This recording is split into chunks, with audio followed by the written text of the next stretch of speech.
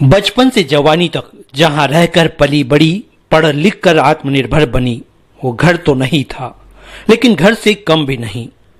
आज उसी परिसर से दुल्हन बनकर वो सभी विदा होने जा रही थी। इन्हें नहीं पता कि छाव क्या है और धूप क्या है और रंग बिरंगी इस दुनिया का रूप क्या है, लेकिन अपनी दुनिया में रहकर ये खुश भी है और सुखी भी। आंखों के सामने छाए जिंदगी भर के अंधेरों के बीच उम्मीदों की रोशनी एक नए रास्ते पर इनका इंतजार कर रही है, जहां अब वो अकेली नहीं, उनका हम सफर भी साथ है। हम आपको बता दें कि दुल्हन बनी ये सभी 7 दृष्टिबाधित बेटियां महेश दृष्टिहीन कल्याण संघ इंदौर परिवार की सदस्य रही है।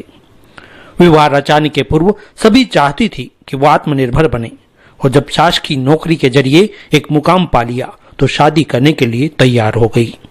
बालिकाएं हैं, ये विशेष रूप से दृष्टिबाधित हैं और संस्था महेश दृष्टिहीन कल्याण संघ में पली बड़ी है, और इनका एक ही लक्ष्य था कि पहले हम खुद आत्मनिर्भर बनेंगे, उसके बाद हम ऐसे साथियों का चयन करेंगे जो खुद शासकीय जॉब में हो। हमें बताते हुए बड़ी खुशी महसूस हो रही है कि 7 बालिकाएं शासकीय पदों पर अपनी सेवाएं दे रही है। नवयुगल ये दंपति, जिनमें अगर दुल्हन दृष्टिहीन है तो दूल्हा दृष्टिबाधित, यानी उसे दिखता है मगर कम, और अगर दूल्हा पैरों से विकलांग है तो दुल्हन दृष्टिहीन है, यानी देख नहीं सकती। इस तरह की जोड़ी होने पर दोनों एक दूसरे की देखरेख भी कर पाएंगे और जिंदगी की गाड़ी भी खुशी से चलती रहेगी। चूंकि ये आयोजन पूर्णतः निःशुल्क होता है, ऐसे में शहर के अनेक समाज सेवी एवं सामाजिक संस्थाएं आगे आती है और अपनी सामर्थ्य के अनुसार बतौर कन्यादान या अन्य व्यवस्था संबंधी खर्च उठाकर स्वयं को गौरवान्वित महसूस करती है। एक ऐसे ही समाजसेवी सुभाष पालीवाल एवं संगीता वाधवानी ने बताया कि वाकई में ऐसे आयोजन में आकर वे स्वयं को सौभाग्यशाली मान रहे हैं और अपने स्तर पर सहयोग कर सुकून भी महसूस कर रहे हैं। और ऐसे उत्सव में एक बहुत ही अच्छा एक अवसर है कि मालवा प्रांत के अध्यक्ष नव नियुक्त अध्यक्ष श्री संतोष जी साबू हमारे साथ में हैं, और संस्था की तरफ से एक कुछ भी यहाँ पर बच्चियों को कन्यादान में देना चाहिए, तो इस स्वरूप हम आज यहाँ पर सब एकत्रित हुए हैं। इसमें राष्ट्रीय स्वयंसेवक संघ के वरिष्ठ कार्यकर्ताओं की, प्रौढ़ कार्यकर्ताओं की बहुत महत्वपूर्ण भूमिका है। आज मुझे अवसर प्राप्त हुआ यहाँ आने का कि 7 जोड़ों का जो विवाह संपन्न हो रहा है, उससे उनको बहुत बधाई दे रही हूँ।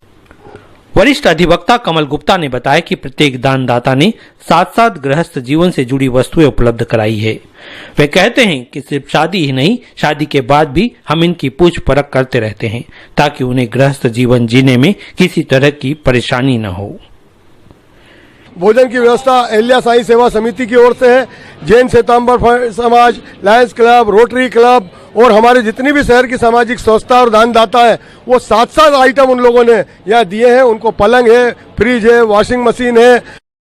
हम जिस भी शहर में इन बेटियों को शादी करते हैं, वो जहाँ रहते हैं, हम लोग हमारे पदाधिकारी या कार्यकारिणी के जो भी सदस्य जाते हैं, तो हम व्यक्तिगत रूप से जाके मिलते हैं। जैसे हमारा लड़का मध्य प्रदेश दृष्टिहीन कल्याण संघ का सुनील है, वो रेलवे में रतलाम में है, पहले वो नासिक था, फिर वेरावल हुआ और रतलाम हुआ। हम पूरी स्टडी करके उनके साथ संपर्क करके फिर उनसे संपर्क करते हैं, और अभी तक हमने 30-35 सालों से हम विवाह कर रहे हैं। भगवान की कृपा से अभी तक किसी का तलाक नहीं हुआ है और दोनों खुशहाल जीवन जी रहे हैं। मैं कमल गुप्ता, उपाध्यक्ष मध्य प्रदेश दृष्टिहीन कल्याण संघ। यकीनन एक अलग आदमी और सुकून भरा माहौल, जहां रिश्तों में हर कोई बंधा है, लेकिन उसका नाम नहीं।